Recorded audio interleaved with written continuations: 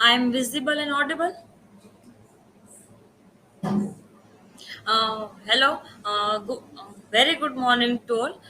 Today is my topic of presentation is selected poets of Puritan age. Here is my personal information. Uh, table of contents which I am going to present. Introduction to Puritan age, Puritan poetry. Sorry, this is a spelling mistake. Introduction of Puritan age. But after that, Puritan poetry, John Milton and the Edward Taylor and Anna Bradstreet. Uh, Introduction of Puritan age. Puritanism was a religious reformation movement that began in England in the late 15th. Its initial goal was removing any remaining links to Catholicism within the Church of England after its separation from the Catholic Church.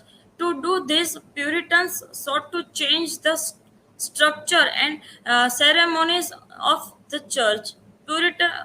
Puritanism first emerged in the 16th and 17th centuries in England as a movement to remove all vestiges of Catholicism from the Anglican Church. Anglican, the Anglican Church first separated from Catholicism in 1534, but when Queen Mary took the throne in 1553, reverted it to Catholicism. Under Mary, many Puritans faced exile.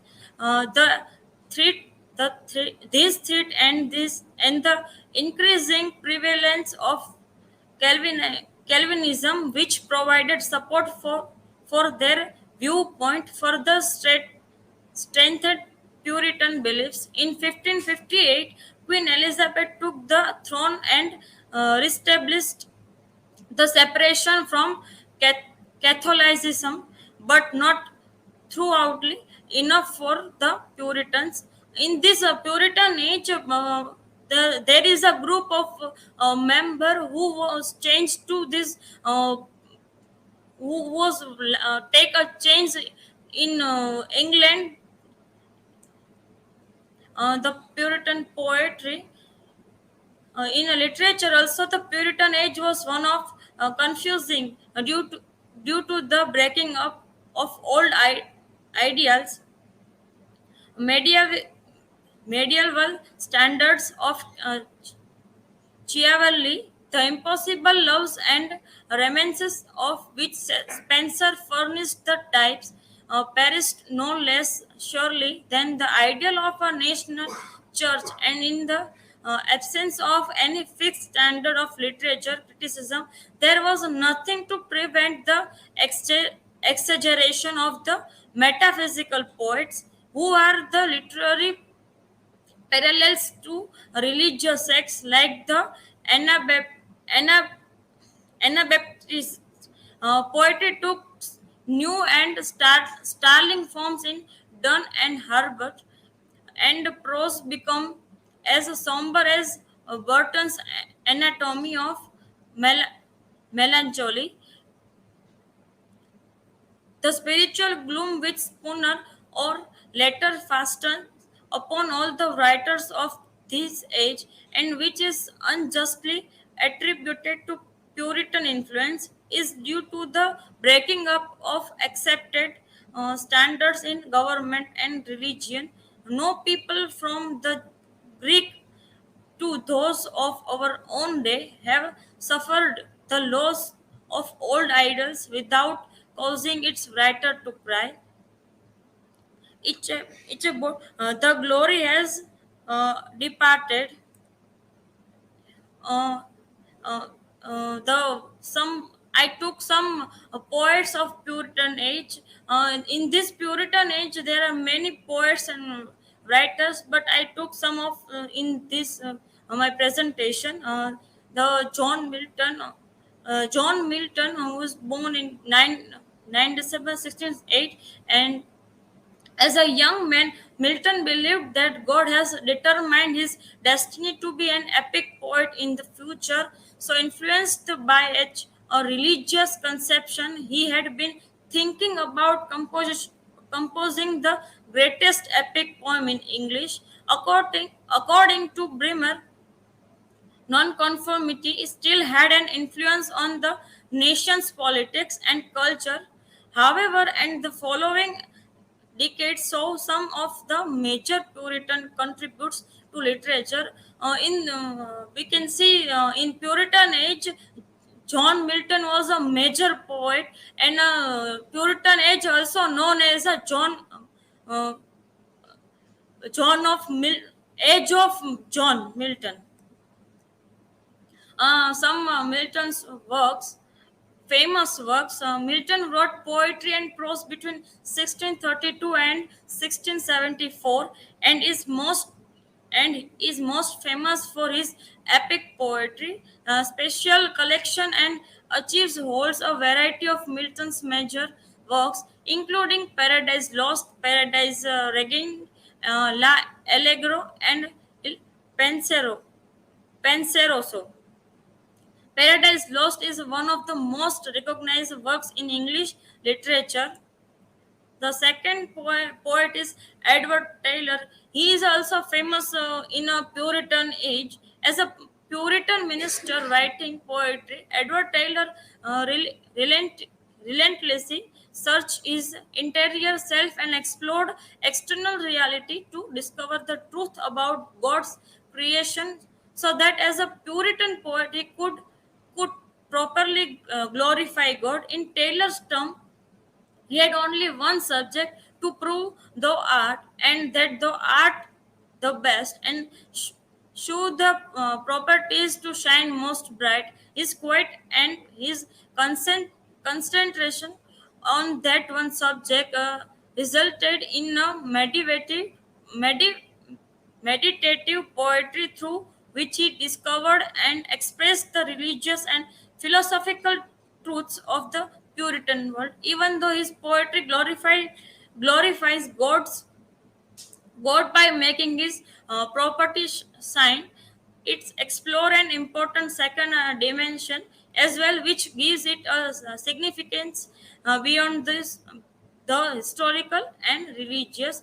Taylor's poetry becomes a poetry of human experience and emotion as he dramatized the Puritan man's response to his world and to his knowledge of God.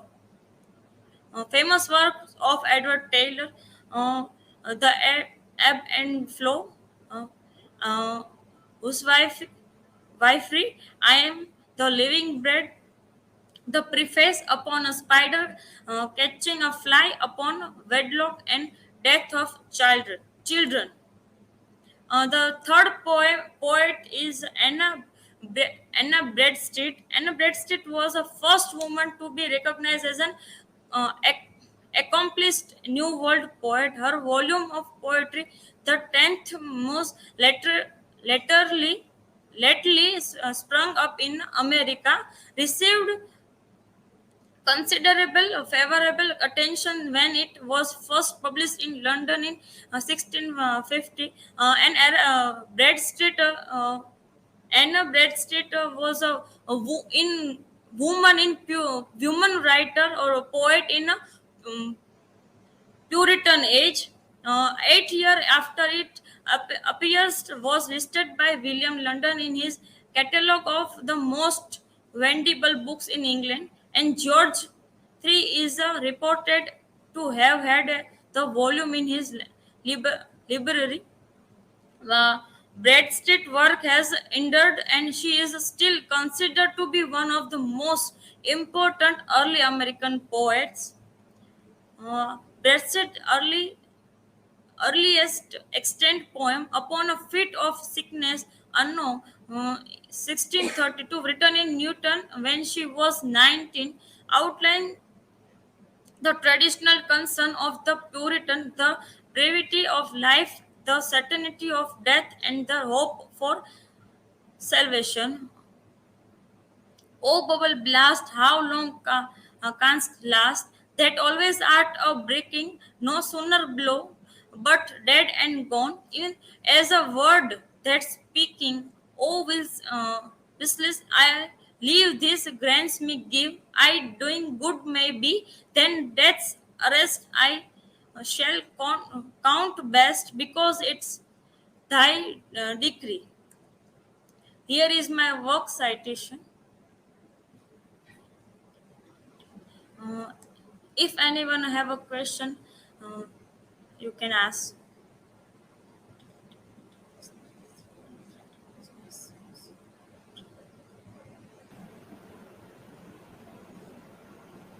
Vedda, my question is that which work is most famous of Edward Taylor? I mentioned in my slide, Edmund Edward Taylor. Uh, I mentioned in my slide there is a many works. The I am the living bread meditation.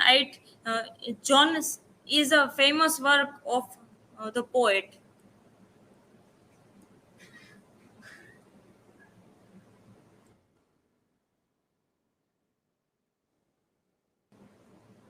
According to you, what difference between Puritan age and Elizabethan age? There is a many difference between this Puritan age and Elizabethan age, but I give a one that in the Elizabethan age they are youth and vitality. In the Puritan age they are characterized by sadness and pessimism.